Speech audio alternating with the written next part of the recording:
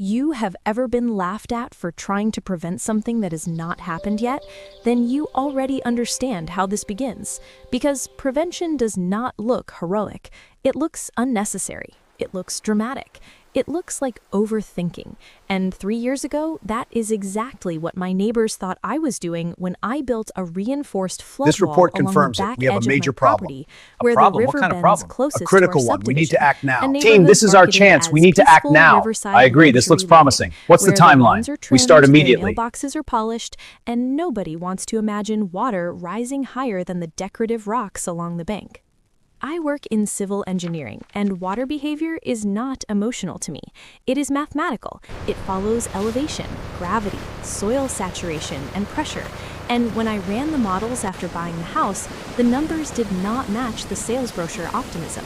Our homes sat barely above the historical floodplain, and rainfall patterns They're had coming. been We have to go increasing now. year Who? after year. What's happening? Not No time. Just dramatically follow enough me. to scare Okay, people, let's go. but steadily enough to concern That was so much someone fun. who understands I know, right? cumulative We have to risk. do it again. And I knew Definitely. that if Let's a plan something stalled soon. storm system ever parked itself above our county, the river would not ask permission from the Homeowners Association before expanding its boundaries. So I designed a barrier, not a fortress, not an eyesore, not a concrete scar, but a reinforced retaining wall faced in natural stone to match the neighborhood aesthetic, engineered to redirect overflow toward the communal drainage channel that already existed. The height was calculated, the curvature intentional, the reinforcement hidden beneath design choices meant to satisfy both safety and appearance. It cost me $38,000, and I submitted the full plans for approval, believing reason would outweigh vanity. The denial letter arrived 2 weeks later, citing aesthetic inconsistency and potential negative impact on visual harmony. So I scheduled a meeting and brought hydrology projections, floodplain overlays, rainfall trend graphs, and soil absorption data. And they brought coffee, smiles, and thinly veiled sarcasm. One board member leaned back in his chair and asked if I was expecting an ark to dock in my backyard, and the room filled with laughter. The kind that feeds on collective dismissal, the kind that makes logic sound paranoid. I revised the plans, lowered the profile, added decorative caps, incorporated landscaping, and submitted again. Denied a second time, this time with language about preserving community character and maintaining uniformity. And that was when I understood that the discussion was never about engineering. It was about pride, about control, about the discomfort people feel when one neighbor prepares for something they prefer not to imagine. I consulted an attorney and confirmed what I suspected, that the city permit approval superseded aesthetic objections as long as safety codes were met, and I proceeded with construction. The fines began almost immediately, $200 per day for non-compliance, letters posted on the door, notices emailed to my inbox, neighbors whispering during evening walks, children joking about the Great Wall in the backyard. Someone even posted a photoshopped image online, turning my home into a medieval fortress. And I did not respond, because ridicule is loud, but data is patient. Winter passed quietly, spring arrived mild and uneventful, and for a moment I could see doubt flicker even in my own household, because prevention without incident feels excessive. The floodwaters are rising rapidly. Residents are being urged to evacuate immediately. Local authorities are mobilizing resources as we speak. This is live from the village, where heavy rain is causing severe flooding. Residents are being evacuated as the water rises. Then the rain began, not violently, not dramatically, just steadily, sheets of gray sky refusing to move. 3 days became 5, 5 became 9. Meteorologists spoke of stalled systems and saturated ground, and the river rose inch by inch as if testing the resolve of the land. Emergency alerts began lighting up phones, sandbags appeared along driveways, and still the association sent a message advising residents to remain calm and avoid unnecessary alarm, as though language could lower water levels.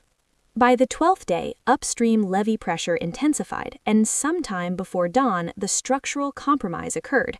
Not an explosion, not a cinematic collapse, but enough to release a surge that traveled downstream with quiet determination.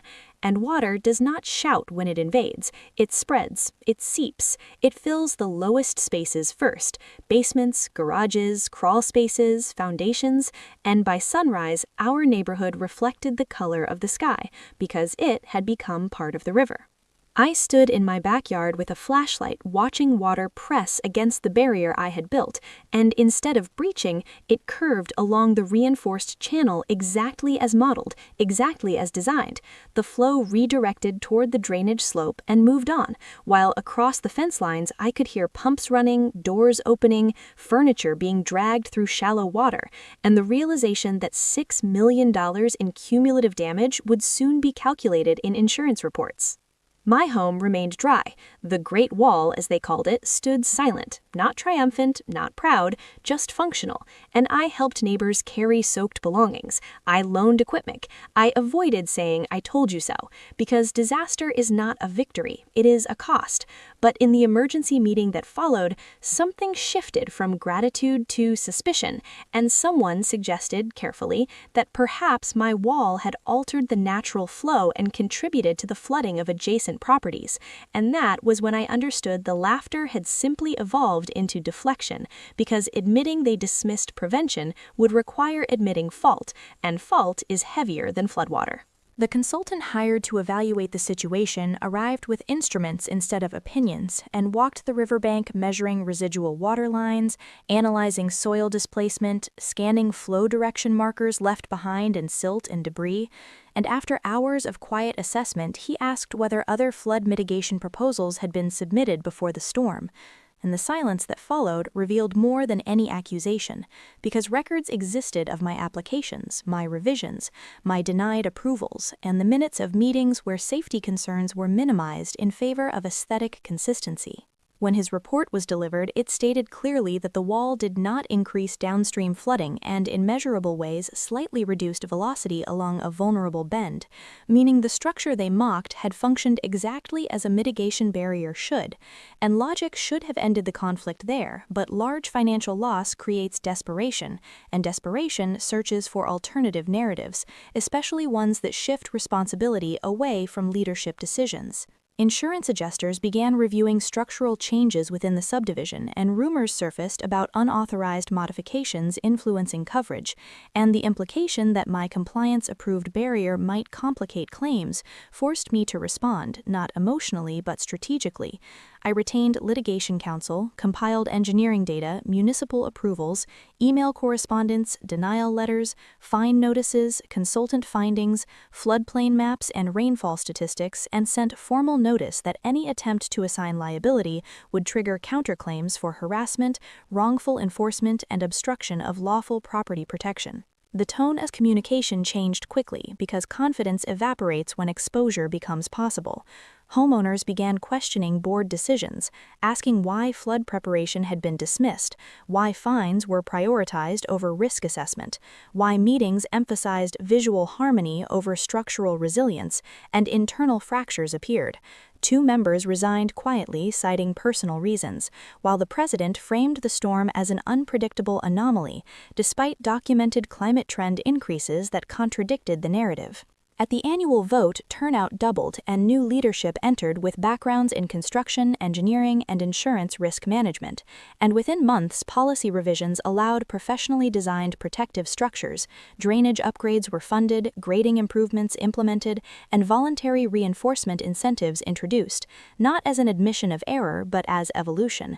And sometimes institutional pride cannot form the word apology, so it expresses itself through change. The fines previously issued against me were rescinded retroactively, and a reimbursement check arrived without explanation, numbers replacing rhetoric. And the neighborhood gradually rebuilt, foundations replaced, drywall repainted, walls reseeded, lawns, and though conversations were quieter, they carried a different tone, less mockery, more caution, because once water has entered your home, the concept of overreaction loses meaning. A year later, heavy rains returned, not as catastrophic, but significant enough to test improvements, and this time barriers stood along multiple properties, drainage flowed more efficiently, pumps were pre-positioned, and anxiety was tempered by preparation. damage was minimal and property values stabilized. And during an evening walk, someone gestured toward my backyard and said with half a smile, "Glad you built that thing." And I nodded, because vindication is not loud, it is steady, like reinforced concrete beneath stone veneer. The river continues to flow, indifferent to neighborhood politics, indifferent to laughter or denial, following gravity and terrain as it always has, and the lesson remains that preparedness appears excessive until necessity reveals its value, that ego is fragile when confronted by physics, and that $6 million in damage was not caused by one wall, but by the refusal to respect probability. And when I stand at the edge of my yard now, the structure no longer feels controversial. It feels ordinary, integrated into the landscape, part of a quiet agreement between caution and reality.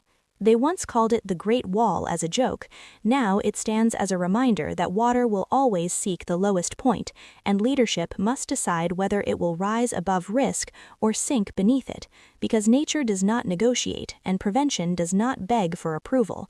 It simply waits for the moment when proof arrives, and when it does, the difference between mockery and respect can be measured not in opinions but in millions.